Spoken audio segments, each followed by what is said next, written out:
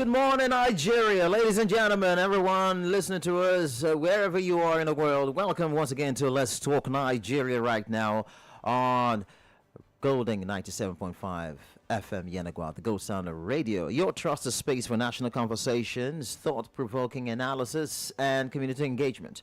I am Moye Steven. And I am Paul Oblomugbasa. Yes, 65 years since our great country lowered the Union Jack and hoisted the green, white, green, proclaiming our freedom from colonial rule. Independence anniversaries are always a time for celebration, right? Reflection and renewal of hope, like yesterday. There are moments when leaders speak to the people. Many of our leaders, the federal, state, they gave speeches yesterday, not just to recount achievements, but to chart the way forward. And this year wasn't different. Nigeria's 65th independence celebration came with key speeches from both President Bola Ahmed Tinubu at the national level and Governor Diri right here in Bayelsa State. Now, the president's address sought to inspire confidence in the nation's resilience, emphasizing economic reforms, security improvements, and the need for unity and diversity. It was a speech that touched on, sacrifice, hope, and the promise of a stronger Nigeria, as you already know. Now, Governor Diri, on his part, reflected on his administration's strides, highlighting peace, development, and the aspirations of the Bayelsa people whose resources have long powered the nation. But here's a critical question. What should we make of these speeches? Do they truly speak to the realities of Nigerians face today, from inflation and unemployment to insecurity and governance? Do they give hope for the ordinary citizen, the farmer here in Yenagoa, in Bayelsa State, the trader in Onisha, the teacher in Kano, or are they simply ceremonial words without matching action? Yeah, ceremonial words without matching actions. People have always said that most times many governors or many leaders take out the time during the Independence Day to give statements of reassurance. Some say it's reassured hope. Some say it's reassured stories and rhetorics. In the midst of everything, is this also another ritual of promises that Nigerians have grown accustomed to hearing year after year that had made it had to be weary? They will say in Wari Parlant, hunger we get hope, no they kill. Now make Christmas rice, no they don't quick. But this hope is already getting weary for many Nigerians. So today, we unpack the president's words yesterday as well as the governor's words and statement, and we must try, as we examine, we want to see what was just beyond what was said, but also what was left unsaid. How does the vision that they painted align with the daily struggles of ordinary citizens? What message should Nigerians all across the world, and also Bayelsas all across the entire globe, carry away? Is it hope, skepticism, or conscious optimism? And so just as Paul Bassa mentioned, we are on Let's Talk Nigeria looking at Nigeria at 65, a review of President Tinubu's and Governor Diri's Independence Day speeches. And to help us explain the meaning, the substance, and the impact of these speeches, we have two distinguished voices, but one here in the studio and one will be joining us via VMix from Lagos, right, in Lagos. First is Mr. Prince Mac-Ake, a respected analyst and the key eye on governance and civic issues. Thanks for joining us, Mac-Ake, on the show this morning. Yeah, thank you. Good morning, Nigeria. Good morning, Moye and Paul. Good to have me. I like that.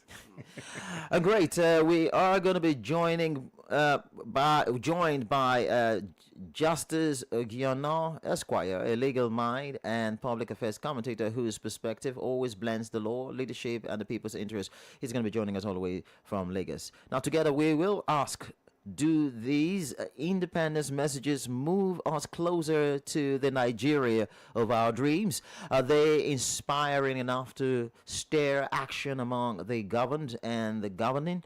And of course, beyond the speeches, what must be done truly to fix Nigeria in its 65th year and beyond? We'll talk about Bayelsa State as well, in its 29th anniversary of the creation of Bayelsa State. Listeners, always, this conversation is yours too, so stay tuned because your voice matters on Let's Talk Nigeria.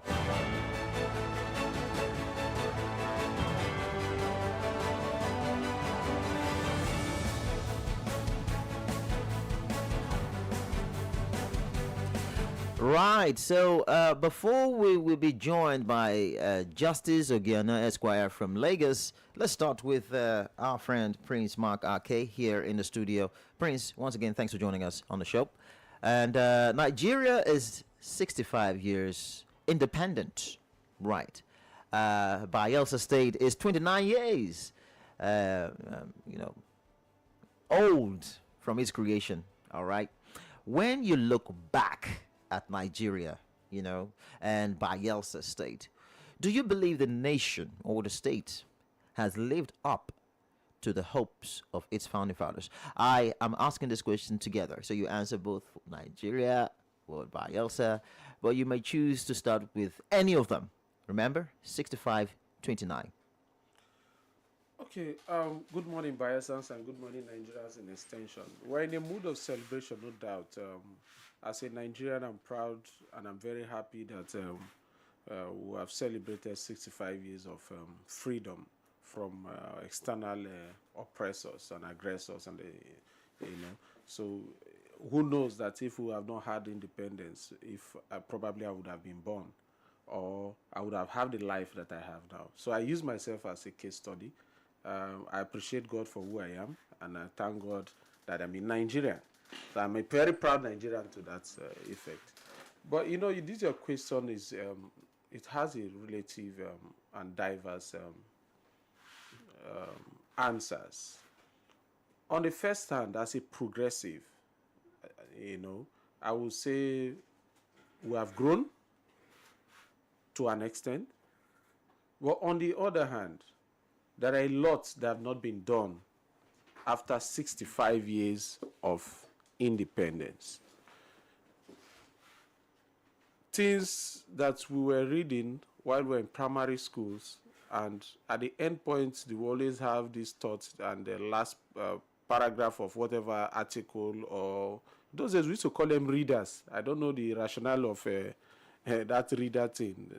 When you read, and at the end of everything you read, they will always say, we are the leaders of tomorrow. And that keep rolling and rolling to decades upon decades. But we have not seen that coming.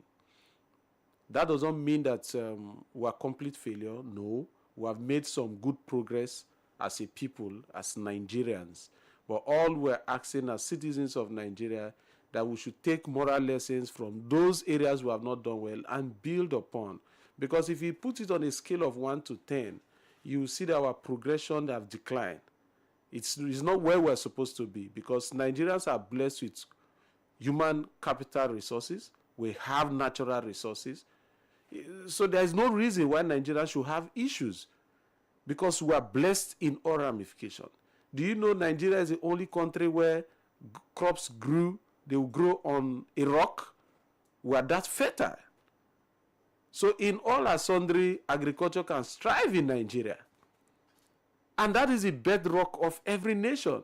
If you dwell on agriculture and tackle the issue of food security, then you have just gotten it right. Because people first must be filled, their stomach must be filled before they can strive better. But you still see a lot of back and forth, all rhetorics about food security, fighting food security, insecurity. You just hear seminars, blah, blah. There's no practical work. The only time we begin to see a foundation was in the Goodluck's administration, when the African Development Bank president was then Minister for Agriculture. That was when farmers were getting direct incentives from the government. Getting direct fertilizers, huh? All are sundry, both fertilizer, seedlings, and all the rest.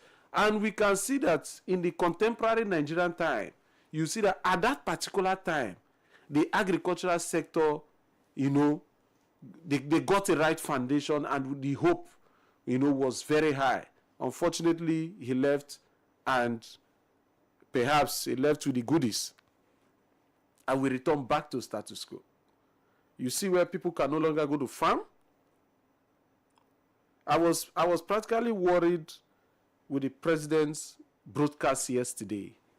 Because I wanted to ask you, what struck you most about the president's independence speech this Yes, year? to me, as an individual, which I'm entitled to my opinion, I didn't have a take home of anything that has to do with that speech, because I see it like a more of academic work, where people just want to write theses, they want to write projects, no practical. You're writing projects without getting feedstocks. You didn't do research. There was no questionnaire. People didn't give their holistic, versions and thoughts about the issues you want to raise, the things you want to tell Nigerians. We're going to look at specific paragraphs. Yes, we'll do that. Yeah, most of them are just mere academic works. But you look at, let's talk about security. It was a specific. Now we're talking about security when over 9 local governments, if I'm correct, I think it was 5, later 4. 9 local governments, I stand to be corrected anyway, but there are some local government in Katsina State that have pledged their allegiance to bandits, where they came out and they held meeting. A local government chairman has ceded his constitutional power to the authority of an illegal person, and nothing has happened. And why are those people doing that? Because they are predominantly farmers. And if you don't loyal, because the government have not provided needed security for them. So if you're not loyal, perhaps your farm will be destroyed, or you'll probably be killed. So since you can't get help from your government, they decide to take, directives, and they are paying ransoms to go to farm. And we just pay lip service about security. Everybody wants to give whatever advice just to get an end meet. Are we supposed to be in that kind of, at Nigeria 65, are we supposed to be seeing that kind of thing happen in Nigeria? And what baffles me, that this is the same Nigeria that whenever there is a peace mission outside Nigeria, it is this same Nigerian security personnel, ranging from the army to even the least security service information, talking about immigration, customs. Whenever they go to offshore Nigeria, they come out excellent. They put in the best. You see the world celebrating it, but back home, what has changed? A big question. In the president's speech, paragraph 13, talking about security. Yeah, because you just mentioned security, I had to go there. Paragraph 13 of his speech. In the third line 4 rather, said they are winning. The Nigerian security forces are winning the war against terrorism, banditry, and other violent crimes. Do you subscribe and agree with the president on that? That's what I've been saying earlier. You can't say you're winning a war when non-state actors will come out in a broad daylight. It has never been like this before. Before they used to come out as syndicate, they destroy area, they put bombs. They are not emboldened, but now they are emboldened to come out. They are not even wearing masks. Are you saying the president is not factual in this case? It's not, absolutely.